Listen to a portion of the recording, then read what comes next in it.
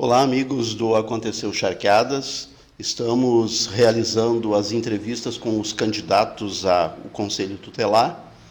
E antes de começar a conversar com a nossa candidata, eu gostaria de agradecer aos nossos patrocinadores, ao California Burger, ao Açaí do Parcão, ao Depósito de Bebidas do Parcão, ao Crepes Lanche, à Casa do Pet, a Auto Alex e a Delforte Soluções em Concretos.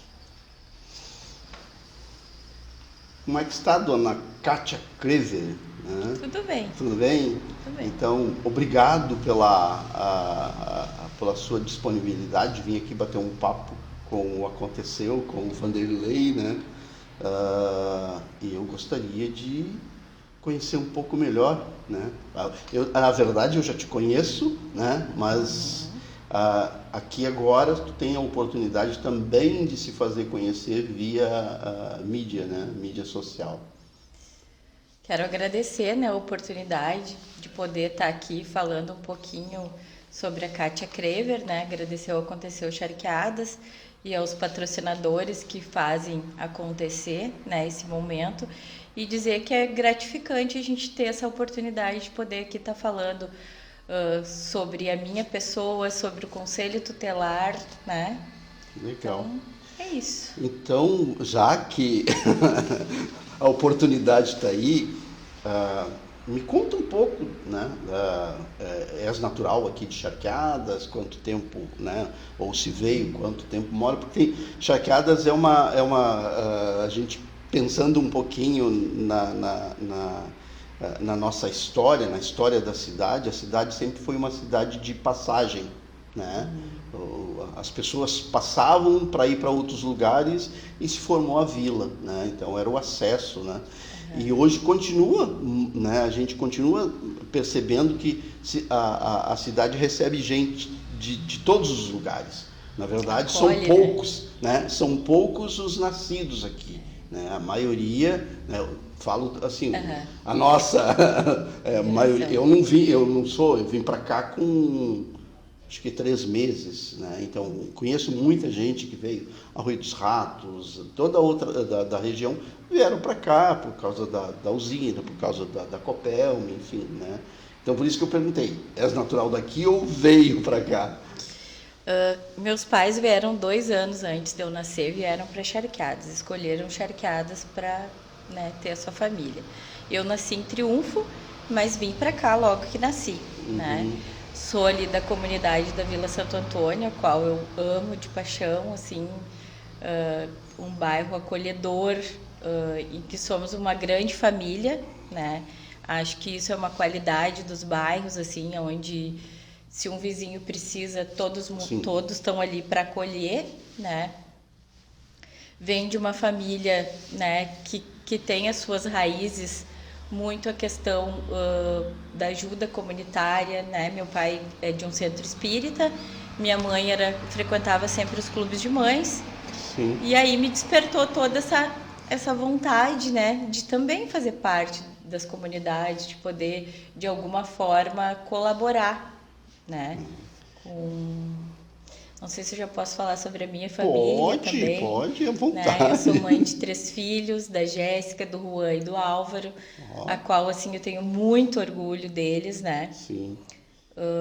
Eu me separei muito nova, fui mãe muito nova, tive a Jéssica aos 17 anos, um desafio, né? Sim, sim. E que, com a ajuda e o apoio do pai e da mãe, consegui, né, dar conta disso, de continuar estudando, né? A gente sabe que a realidade de muitos adolescentes é que nem a minha e que às vezes não tem o apoio da família, e eu tenho, assim, um reconhecimento e uma gratidão muito grande por eles, né? Sim. Que com certeza, se não fosse eles na minha vida, talvez hoje eu não estaria aqui, né? Nessa condição, né, que eu tô. Então, continuei estudando, fiz técnico em contabilidade, depois fiz o técnico em metalurgia, sempre cuidando dos filhos e com o apoio deles, né? A gente é colega, porque eu também fiz. Mas não trabalhei na área de metalurgia. Não, eu trabalhei. Aí me despertou toda essa vontade. Eu trabalhei de bibliotecária numa escola e daí participava também dos clubes de mães, né? Eu tinha uma tia, né, que hoje já faleceu, que era assistente social em Triunfo, e daí ela me mandava material do Condica. Olha o conselho tutelar, eu te vejo nessa condição de conselheira. Então encontramos a culpada. Minha tia Ana Que legal, que legal. E daí, assim, me despertou essa vontade, né, de ser conselheira tutelar. Depois que eu já era conselheira tutelar, porque eu já venho há 20 anos, mais de 20 anos, né, nesse ramo, né, da criança e do adolescente. Tá, então vamos esclarecer aqui. Tu já trabalha, então, né, dentro do Conselho Tutelar. Tu já foi... Já. Meu quinto mandato É o quinto mandato. Eu vou para o sexto, se Deus quiser. Nossa, estamos aqui com... E daí, assim, eu escolhi a graduação de serviço social porque achei que isso tinha muito a ver com a questão do direito da criança e do adolescente, né? E o que comporta o todo, né? Porque o serviço social é isso, né? É a cidadania, é o direito do cidadão. E o legal que está me retornando essa informação aí é o quinto para o sexto mandato, né? Ou seja, existe um reconhecimento, já começa por aí, né? Porque a parte social, ela vamos dizer assim, é uma coisa que ela te dá uma resposta imediata. Se tu não é eficiente, com certeza tu não teria entrado para o segundo, nem para o terceiro mandato, né? Então é muito legal, né, saber que a gente tem uma pessoa, até porque, vou ser bem sincero, a gente estava conversando anteriormente, a questão do Conselho Tutelar, ele surgiu, né, e mesmo que tenha sido divulgado, algumas pessoas ainda não entenderam direito como funciona, né? Então, essa é a oportunidade da gente começar a esclarecer para as pessoas, a levar para as pessoas mais informação, porque, como tu tá falando, né, é algum tempo já que tu trabalha nessa área. Então, experiência, meu Deus, é muito, porque é uma coisa que eu não posso perguntar para ti assim, quais são os teus planos, porque vocês trabalham sob demanda, né? Então é preciso ser acionado para ver a situação e aí começarem a trabalhar, né, aquela situação. Também, mas assim, eu vou te fazer assim um desabafo que eu costumo falar sempre quando eu tenho o poder de fala, que eu acho que isso é muito importante a gente poder compartilhar, né? Como eu já venho de muitos anos, né, como conselheira tutelar, quando se criou o Conselho Tutelar, na verdade, no meu primeiro mandato, a gente não tem muita qualificação para desenvolver, né, essa função, porque não é uma profissão, é uma função. É uma função. Né? O que acontece? A gente acaba pegando todas as demandas que aparecem de criança e adolescente. E vou me atrever a dizer que, na realidade, muitos conselheiros tutelares não sabem a sua atribuição. E eu mesmo no quinto mandato eu tenho muitas dificuldades, muitas barreiras de fazer o que realmente é a nossa atribuição. E assim, a gente tem uma atribuição que é de assessorar o poder público, né? Por quê? Porque através das nossas estatísticas de atendimento, a gente tem como dizer, tá faltando esporte, tá faltando lazer, na Santo Antônio tá faltando esporte, né? O índice de uso de droga é maior em tal comunidade, então está precisando alguma coisa lá, né? Sim. E é aí que a gente não consegue. Por quê? Porque a gente acaba ficando apagando incêndio e fazendo muitas vezes coisas que não é nossa atribuição, mas que a gente também tem consciência de que se a gente não fizer o além, as coisas vão parar por ali, né? Cada município tem a sua realidade. Nós temos CRAS e CREAS, tem alguns municípios que não têm. Então, cada conselho tutelar vai funcionar de acordo com aqui, que eu digo para todo mundo que essa é a nossa ferramenta de trabalho. Aqui está todas as nossas atribuições, aqui está o que a gente pode fazer, o que a gente não pode, o que é atribuição do outro, o que é minha, né? Mas vou te dizer que todos esses 32 anos a gente não consegue efetivar ainda o que diz aqui dentro do estatuto, porque a gente tem muitos entraves, né? Mas o mais importante que eu vejo assim, ó, é a gente ter a responsabilidade de cada intervenção que a gente faz com as famílias, né? O nosso foco é criança e adolescente, mas se a gente não trabalhar com aquela família, né?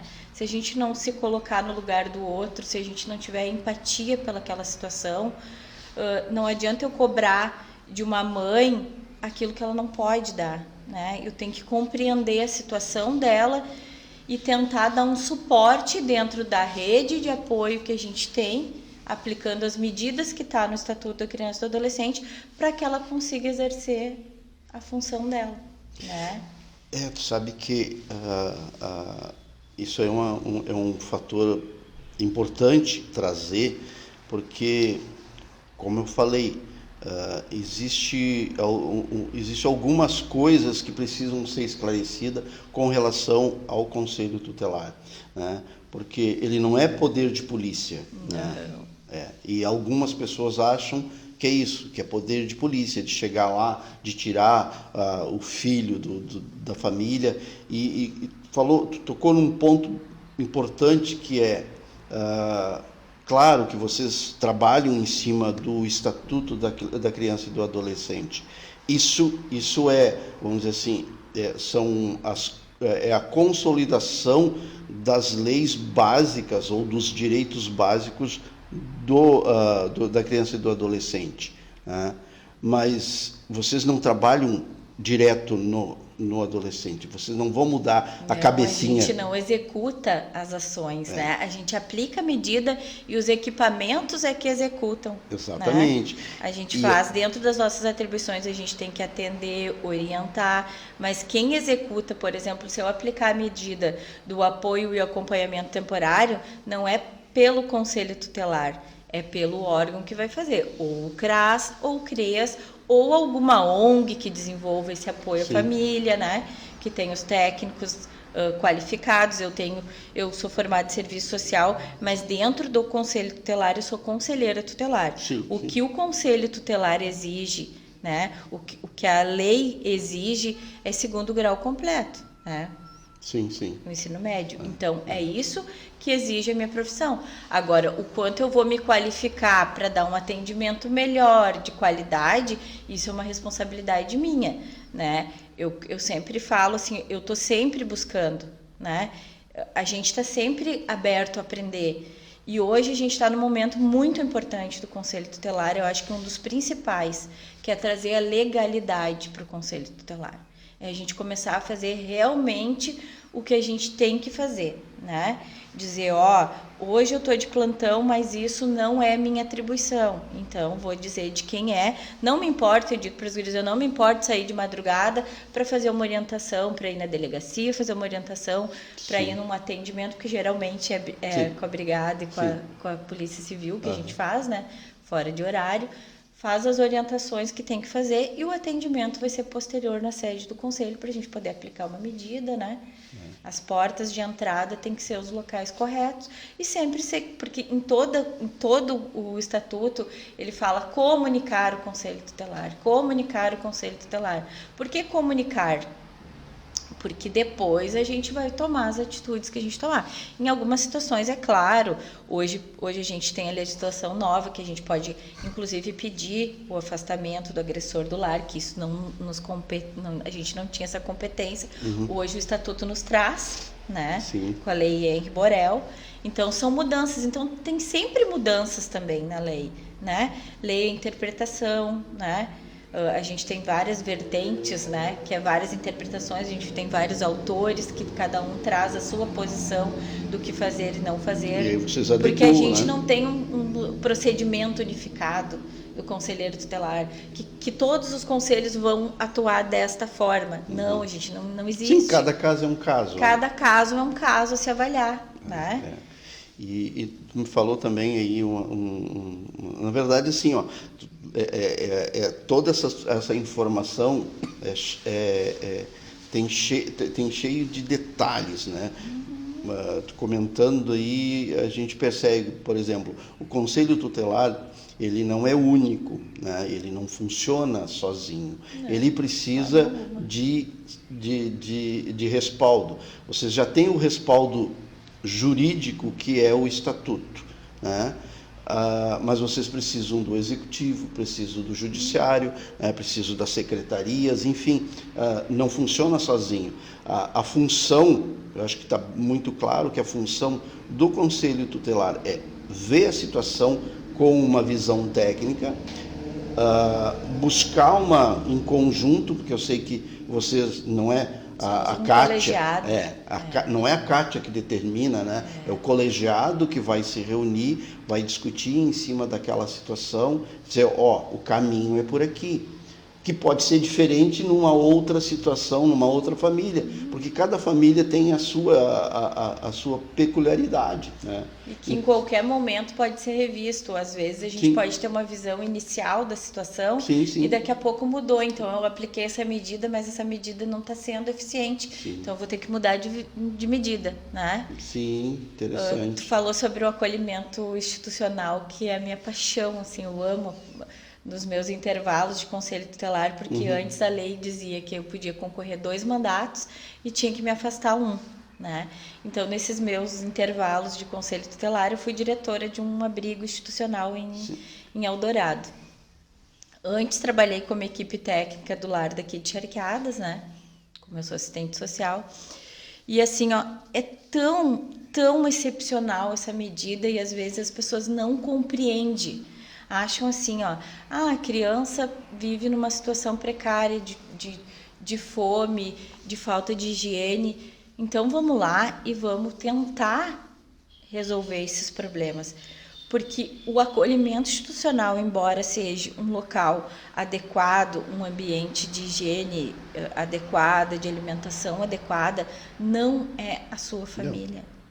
E isso traz tantos danos para uma criança que às vezes é irreparável no resto da vida, entende?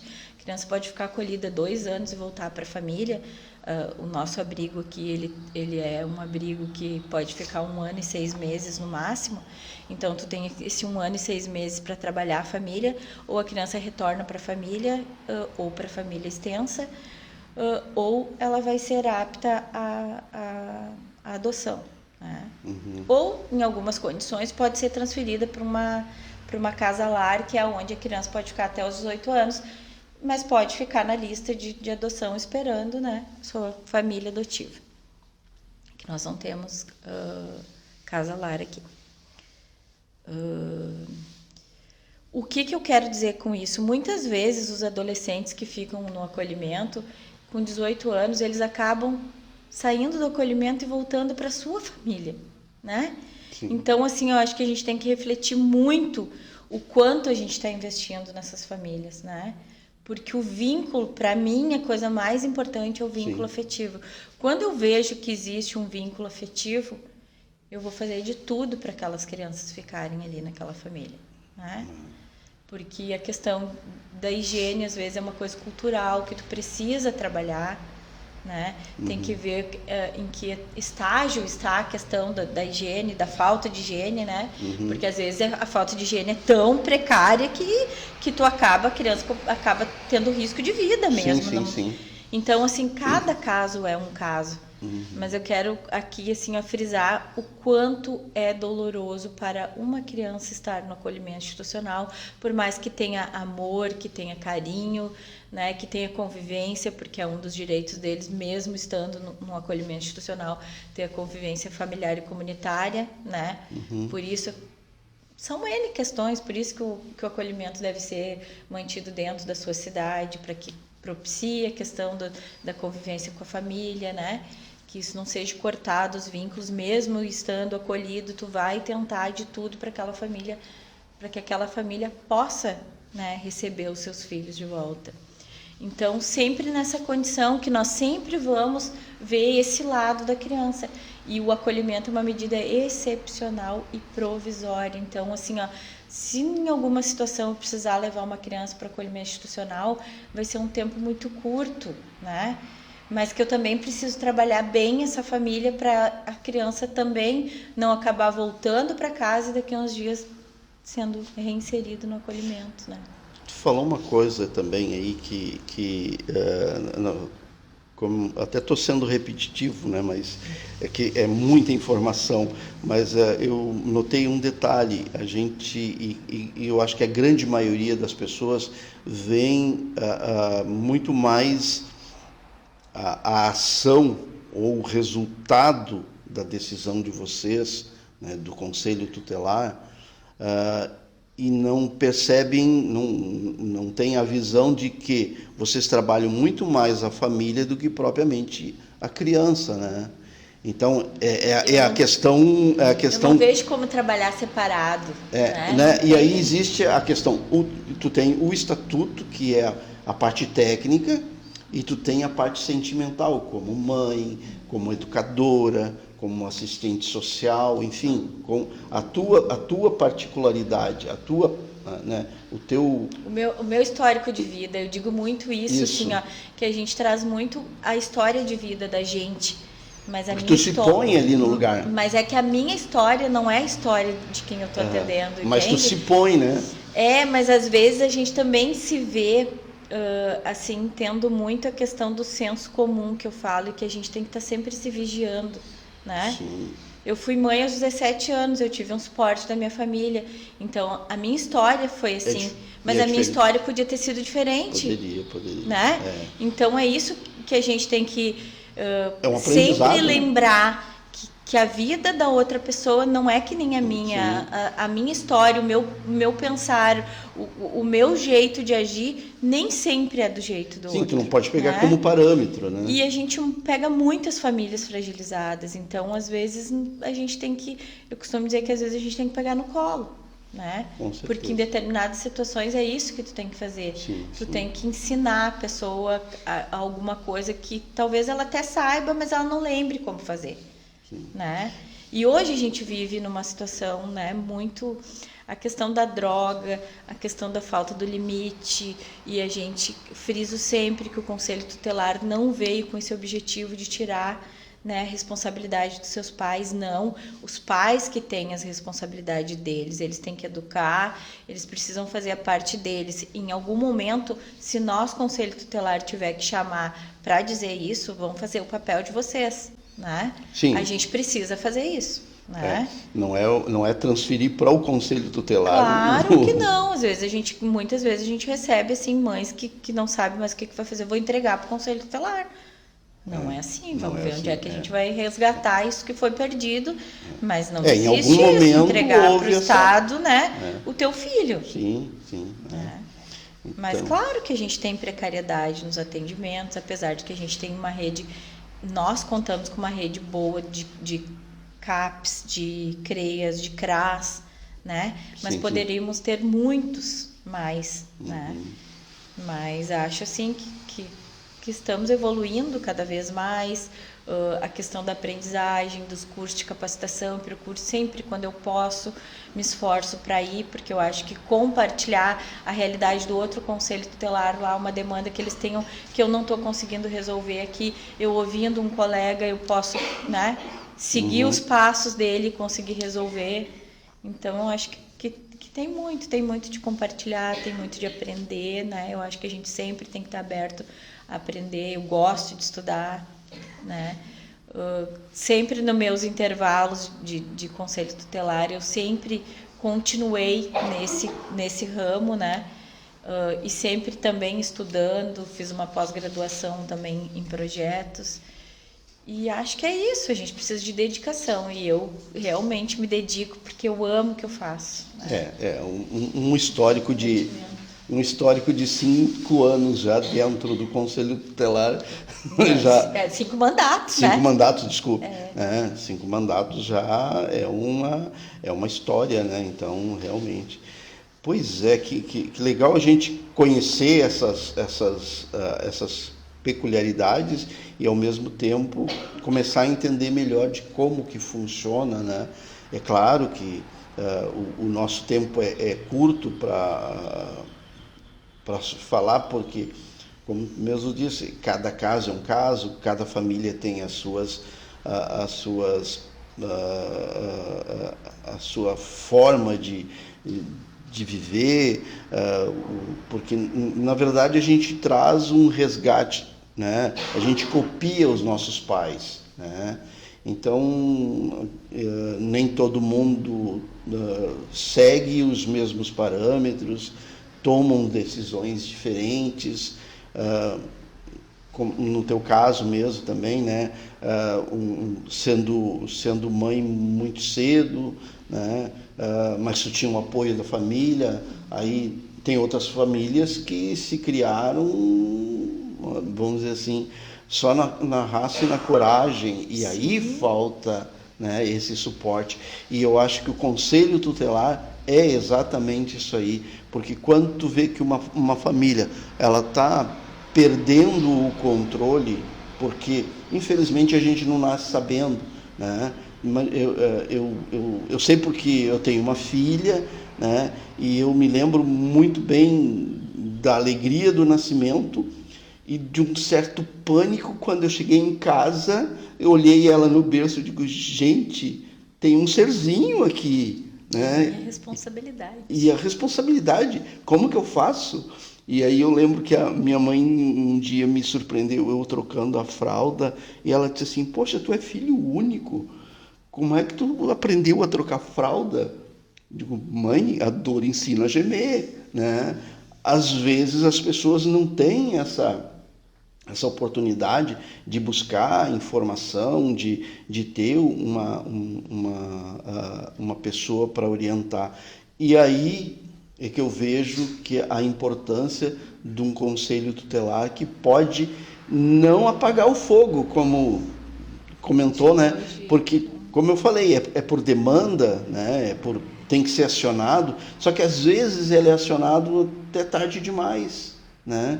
Porque quando começa a ter a família, né? Porque não precisa ser o vizinho, não precisa ser o parente, a própria família pode chegar no conselho tutelar, né? Embora as pessoas ainda tenham essa certa resistência, mas é exatamente, vocês estão para ajudar, não para pegar e separar a família, né? Só, olha, eu tenho um problema, assim, assim, assim, né? Como que eu posso agir? Eu acho que esse é o momento, né, que a gente precisa mostrar para as pessoas, né, para a população, né, e a gente vai aproveitar isso aí para convidar as pessoas a votarem, né, no Conselho Tutelar, porque vocês estão se dispondo, agora eu falo em nome de todos os candidatos, não por uma profissão, né? Aí dizem, mas vão ganhar. Claro, hoje nós vivemos num mundo capitalista, né? Para te dispor de tempo, tu precisa abrir mão de outra situação, né? Então, não sendo uma profissão, acaba sendo uma profissão. É um trabalho remunerado, porque vocês não têm dia nem hora, né? Porque na madrugada deu um problema, vocês são acionados, tanto que vocês trabalham com plantões, né? Então, Kátia, é muito importante essa tua colocação, né, de trazer essa informação de que o Conselho Tutelar ele age muito mais na família do que propriamente na criança, né? Vocês não são vigia de crianças. Não. Vocês são, né? Vocês assessoram famílias e talvez, como tu pegou e colocou ali, talvez tenha que se trabalhar mais essa questão dos direitos e deveres do Conselho Tutelar, né? Para não misturar as coisas, porque, como eu já falei antes, não é um poder de polícia, claro, né? Não, vocês são às vezes a gente recebe ligação de pais de madrugada querendo que a gente vá buscar o filho no parcão.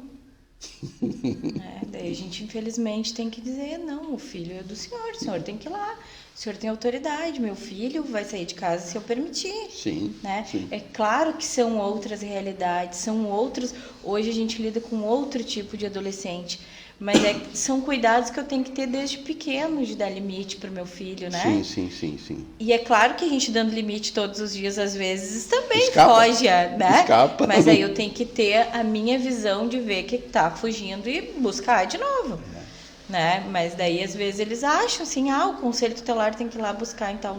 Não, vocês são responsáveis pelos filhos. Em momento algum, o conselho tutelar veio para tirar a autoridade dos pais. Sim. Vocês continuam com a... mas aí se eu bater, o conselho tutelar vai lá.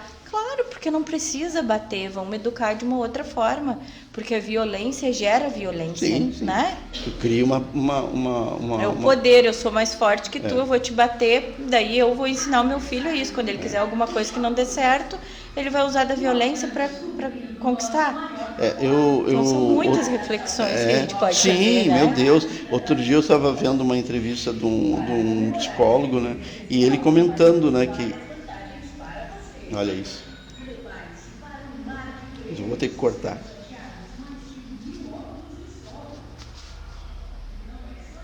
Tá bom.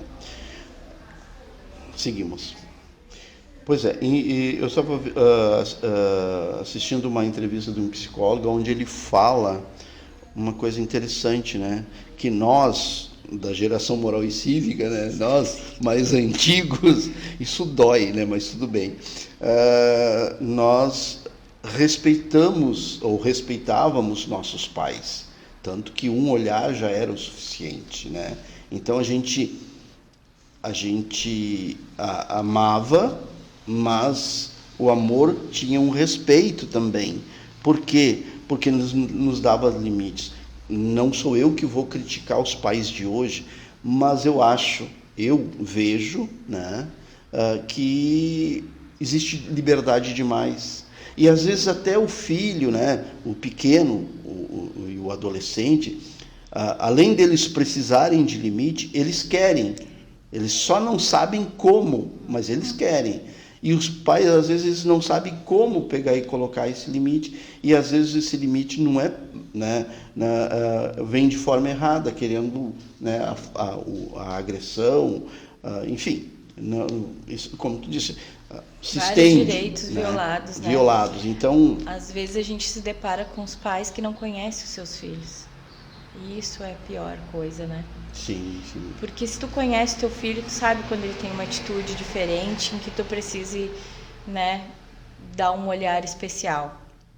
E vou aproveitar aqui a oportunidade de falar sobre a questão do abuso sexual, né?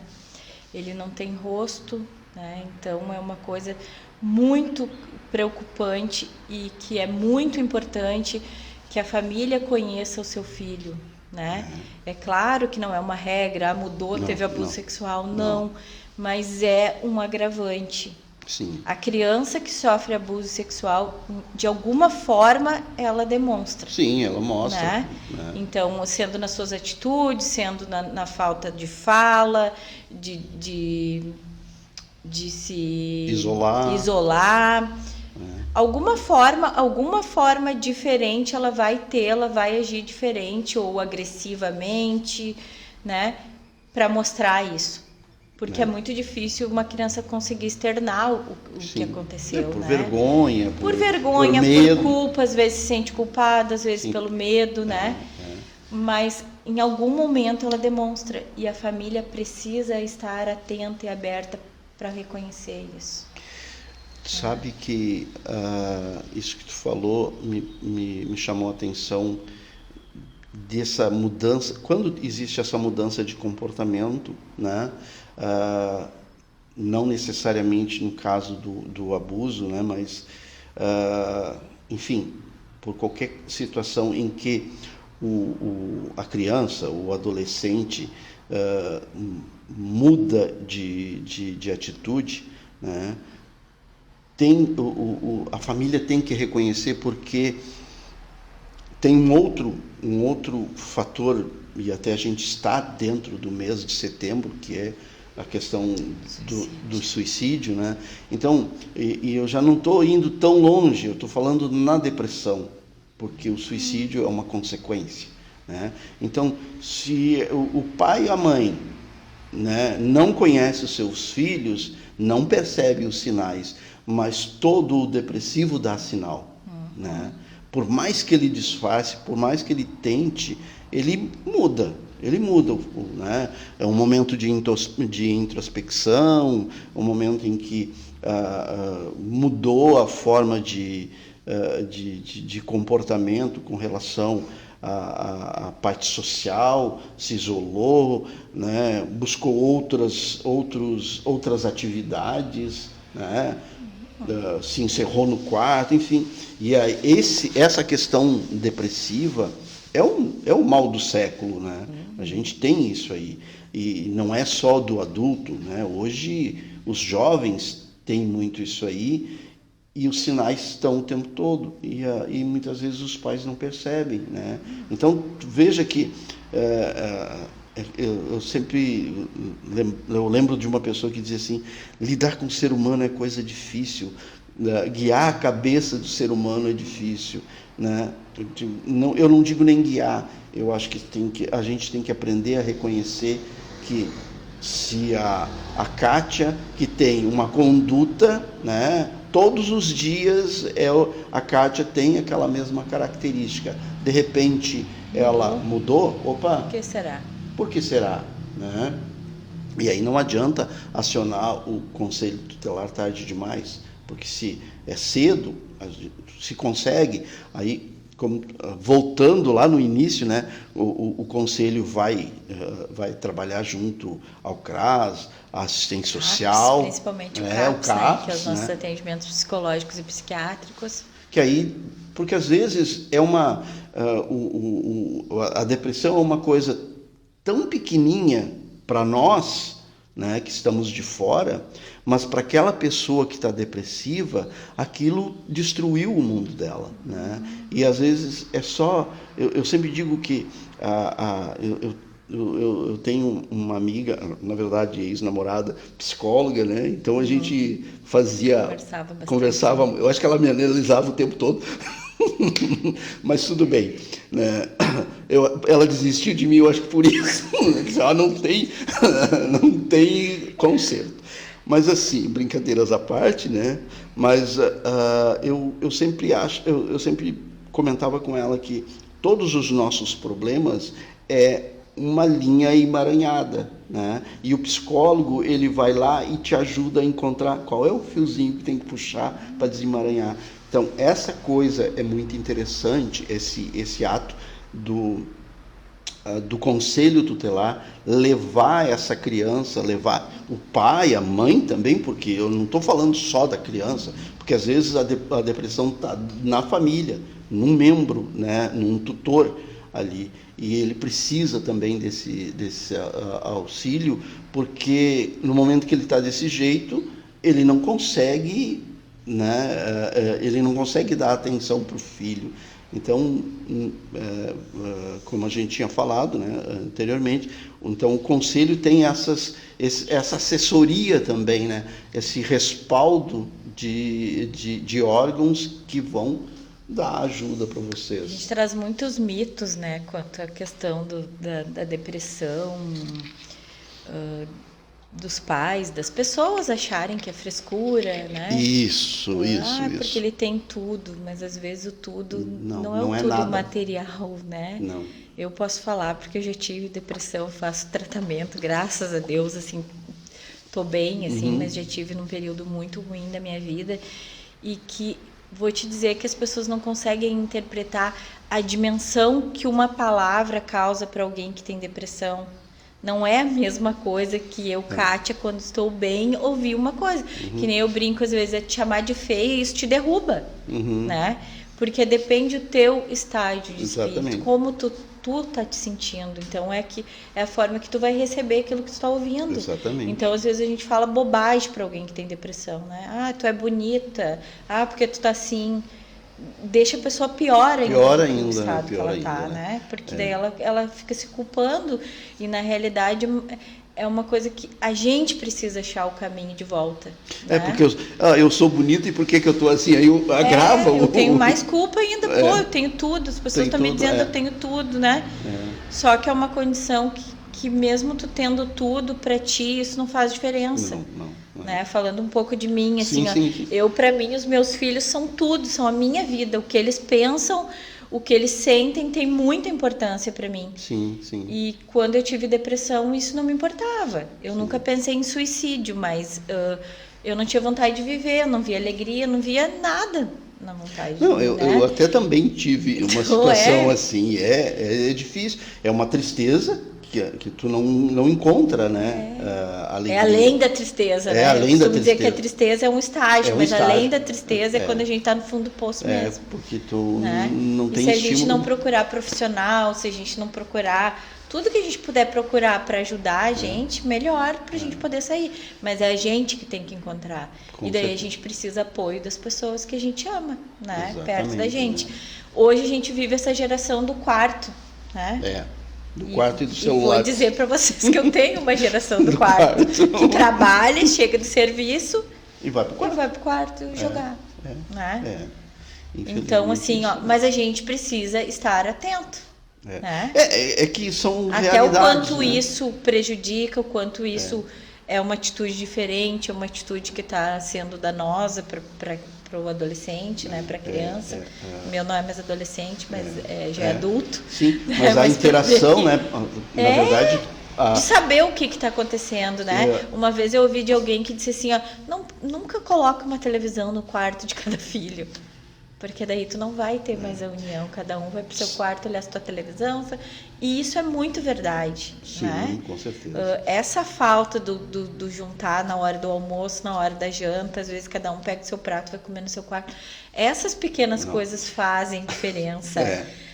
Com certeza. Entendo que hoje os adolescentes cobram muitas coisas dos pais, mas está em nós dizer isso é importante, isso não é importante.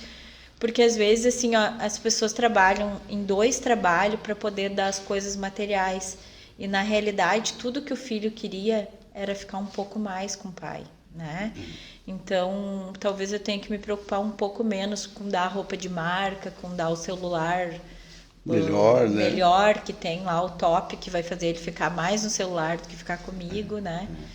Sabe? Mas não existe receita mágica também, a gente vai aprendendo, né? Que nem tu falou assim, eu não sou dessa geração que o pai olhava e tu já... Eu sempre fui muito questionadora, né? Sempre tive respeito pelos meus pais, mas sempre fui questionadora. E daí, às vezes, eu dizia assim para as crianças, mas nem o meu pai, se eu acho que meu pai tá errado, eu vou conversar com ele, vou dizer, eu não tenho a mesma opinião que tu, eu tenho a minha opinião, tu tem a tua, e não acho que isso seja falta de respeito. Não. Mas também precisa ter limite, porque senão vira uma falta de respeito, né? Aí começa a batalha, né? Claro, é a função dos limites, né? De tu dar limite, eu sou pai, tu é filho. Eu preciso ser amigo do meu filho, mas antes de eu ser amigo, eu preciso ser pai. Tem que mostrar que eu sou pai. Se eu estou nessa condição... Sabe que eu falei antes, né? A gente... já que tu falou aí do negócio dos pais, que a gente copia, né? Eu me criei sentando à mesa, tomar café, almoçar, tomar café à tarde, à noite, sentar... Nada de televisão ligada, rádio ligado, né? Era um momento de conversar.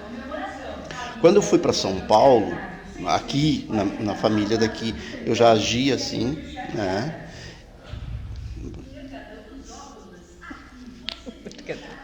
Mas eu corto. Quando eu fui para São Paulo, né? A família lá... tinha essa característica, pegava o prato e ia para frente da televisão. Não tinha televisão no quarto, mas ia para a sala. E aí eu sentava na mesa sozinho. Eu disse assim, não, eu não consigo. Para mim esse é um momento sagrado, é um momento da família, tá? E assim, aos poucos eles foram, né? Parando de ir para e sentavam à mesa. Chegou na hora, sentava na mesa. Tá, agora sim, vamos, né, olhar a televisão.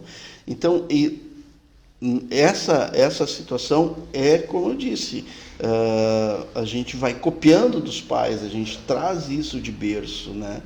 E no momento que tu vai, diz, tudo bem, deixa ele ir lá para o quarto. Só que essa liberdade acaba quebrando um vínculo familiar, né? E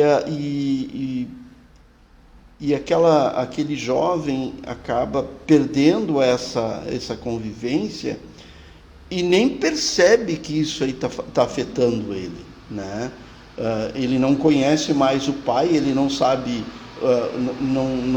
porque a vida é muito rápida, né? Então ele não conhece mais o pai não conhece mais o filho, porque vive de porta fechada, né?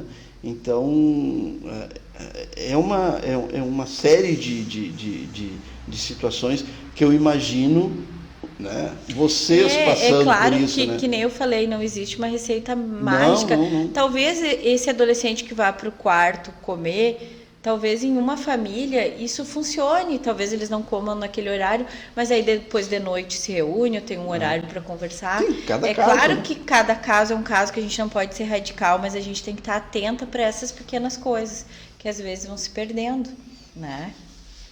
Mas é claro que cada família funciona de sua forma, né? Tem a sua funcionalidade. Às vezes é uma família que é uma correria, um chega e outro sai, mas acha uma forma de se comunicar e de funcionar da forma certa e dar certo, né? Mas algumas, em algum momento, se perde, né? E é para isso que a gente precisa estar atentos. É aí que se iniciam os problemas, né? Exatamente. Bom, o papo está ótimo, a gente está se estendendo, né? Mas a gente precisa, na verdade, vamos dar vamos finalizando, né? Como eu falei, tem muito papo para, né? Eu acho que a gente a assistente social Kátia vai ser convidada a voltar para conversar, não como conselheira tutelar, mas sim como assistente social, porque é um papo... Eu prefiro vir como conselheira tutelar. Não, tudo bem, eleita, mas... Falar sobre as atribuições do conselho tutelar, porque eu acho que está mais que na hora da gente começar a questionar, a falar sobre isso, né? Então, vamos aproveitar isso aí, tu vai fazer um convite, né, para as pessoas, quando que é? Dia 1º de outubro, das 8 às 17, na Escola Cruz de Malta. Queria, assim, fazer um chamamento para a população do quanto é importante tu poder fazer a tua escolha, né? Embora tu não precise do conselho tutelar, do trabalho do conselho tutelar hoje, em algum momento tu pode. E é muito relativo essa questão do precisar do conselho tutelar, né? Porque a gente não faz só os atendimentos, a gente também discute sobre política pública, né? Sim, e isso é para um todo, não é só para aquele usuário que vai precisar ir lá no conselho tutelar, é para toda a comunidade, né? Sim. Não é um voto obrigatório, mas é um voto muito importante. E tá aí a hora de cada um exercer a sua cidadania também, de fazer a sua escolha, né? É claro que eu vou ficar grata e muito feliz desse voto ser meu, mas se não for meu, né, que seja um voto consciente, né? Sim. Porque a gente, cada um tem, que nem eu falo muito para as gurias, que eu sou muito 880. Eu, quando eu tenho que ser mais firme, eu sou, né? Não tenho meias palavras. E isso, às vezes, não agrada as pessoas. E, às vezes, agrada, né? Porque eu acho que a gente tem que ser o mais sincero possível, né? A gente tem que ser o que a gente é, né? Mas também saber ouvir, né? Exato. No sábado, ainda fui numa palestra sobre a questão da escuta qualificada. E isso fechou, era uma palestra da CVV, né, sobre o suicídio, né, que é o Setembro Amarelo, e que foi muito importante, assim, a questão da escuta qualificada, o quanto é importante a gente ouvir, né, porque às vezes eu chego no conselho tutelar com uma demanda que nem é aquela demanda. Eu fui lá para falar, eu precisava falar e ter alguém para ouvir, entende? A pessoa mesmo sabe qual é a solução do problema dela, mas ela estava com aquela necessidade de falar, de externar, de expor. E eu tenho que ter essa visão do olhar de tentar, às vezes a pessoa quer dizer uma coisa que ela não consegue dizer, e tu tem que ter aquela escuta qualificada e sensível para poder ouvir e tentar chegar o mais próximo possível do que a pessoa quer, né? Legal isso, e às vezes não tem coragem de Não tem falar, coragem às de vezes falar. tu tem que... E que não é questão do adivinhar, é questão de chegar o mais próximo possível, né? Às vezes não vai ser num atendimento, vai ser em mais de um. Então Mas voltando, vamos no domingo, né? Votar é importante, acho que a população tem que se fazer presente. Eu não tenho certeza de quantos eleitores foi a última eleição, mas eu acho que não foi 4.000 eleitores, Sim. né? A gente precisa de mais gente, a população é muito maior, né? Levar o título de eleitor e um documento com foto, né? Sim, sim. E vamos lá, né? Vamos fazer valer nosso direito. Então tá. Bom, pessoal, vocês receberam aí o convite da candidata Kátia Krever, né? Então, de comparecer lá na Escola Cruz de Malta, no dia 1º de outubro, né? Das 8 às 17. O convite está feito, né? Eu vou estar lá, né? Então, eu quero agora fazer um agradecimento aos nossos patrocinadores, ao California Burger, ao Açaí do Parcão, ao Depósito de Bebidas do Parcão, ao Crepes Lanche, à Casa do Pet, a Auto Alex e a Delforte.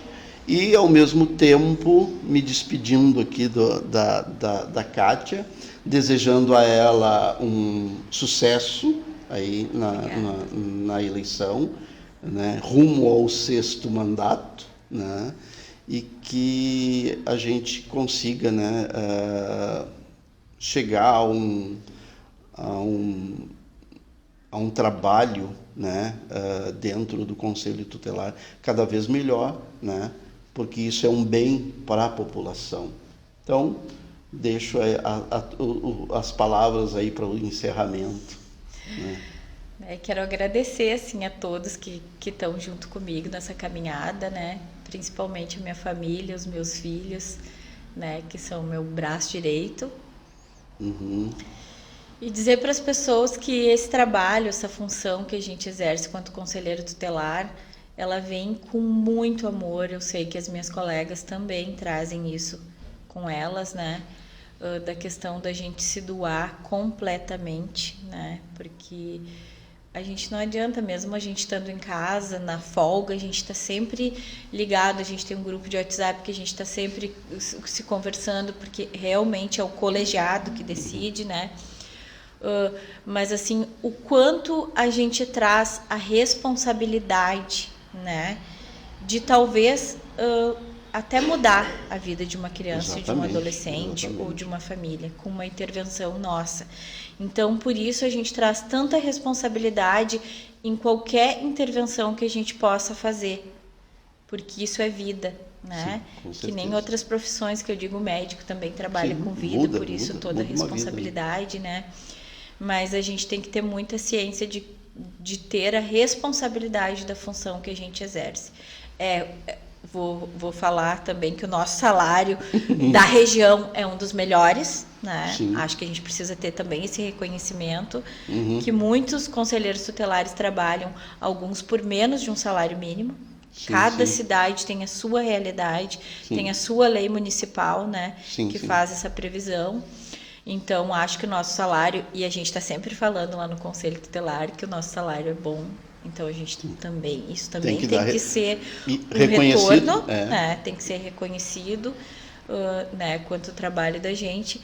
Mas, assim, cada vez mais procurar ter mais responsabilidade, mais dedicação. É isso que eu procuro sempre, né? A qualidade do nosso atendimento vai ser o resultado do futuro, né? Tá bom.